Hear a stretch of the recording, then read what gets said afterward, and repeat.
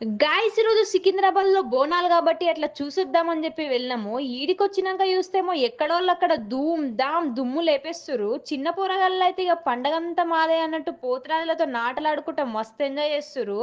ఇక్కడైతే ఇట్లుంది. మరి మీకు బోనాల పండగంటే ఇష్టమా లేదా? ఎక్కడెక్కడ ఎట్లా సెలబ్రేట్ చేసుకుంటున్నారో కామెంట్ జేయండి.